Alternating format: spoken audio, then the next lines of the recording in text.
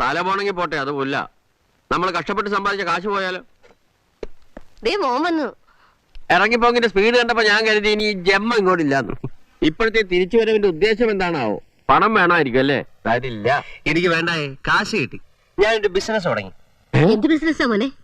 Electrical goods, crockeries, records എല്ലാം ചേർത്ത് ഒരു വലിയ ഷോറൂം. അപ്പൊ കാശ് കുറെ ആയിക്കാണല്ലോ. കയ്യിൽ നിന്ന് 1.5 ലക്ഷം രൂപയായി.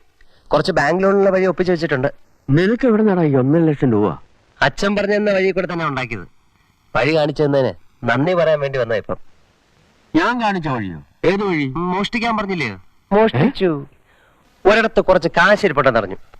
രാത്രി തന്നെ അവിടെ വലിഞ്ഞു കയറി. ഭാര്യയും ഭർത്താവും നല്ല ഉറക്കമായിരുന്നു. തലേന്റെ അടിയിൽ നിന്ന് താക്കോലെടുത്തു, സേഫ് തുറന്നു, കാശെടുത്തു. തലേന്റെ അടിയിൽ തന്നെ താക്കോല് വെക്കുകയും ചെയ്തു. അവര് നിന്റെ പേര് കേസ് കൊടുത്ത് കാണും. അറിഞ്ഞിട്ടില്ല, ഇനിയിപ്പോ അറിയാൻ പോകുന്നേ ഉള്ളൂ.